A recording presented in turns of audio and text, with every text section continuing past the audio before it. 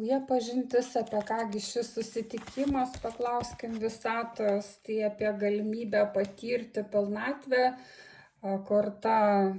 taurė pilna ir tokia džiaugsminga, kad tas susitikimas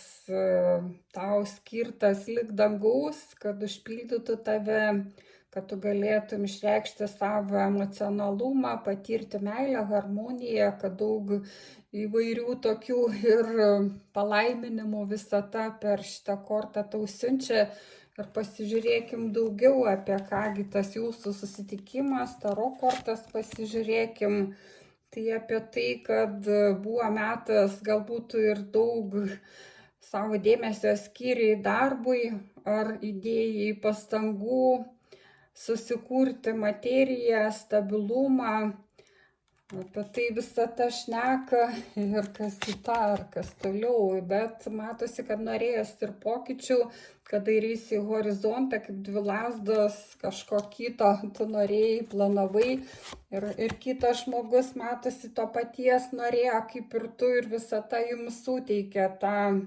šansą, galimybę, tūzas monetų, tai sėkmė visur, čia matosi kalnai ir lyg edelveisai nuostabios gėlės, kad ne taip ir lengvai tu atėjai į šį tokį tašką susitikimą, kad įveikiai kažkokius kalnus, kliūtis ir dabar patikėk, kad tai yra tikrai ta sėkmė, tas tūzas monetų, kur vertinga, kur keisis scenarijai, kur atsiveria kiti nauji horizontai, taigi gralio taurė, tūzas monetų, tai nuostabios tokios energijos ir matosi, kad netgi tau ir norėsis tame ir būti, kad tu čia tas savo monetas irgi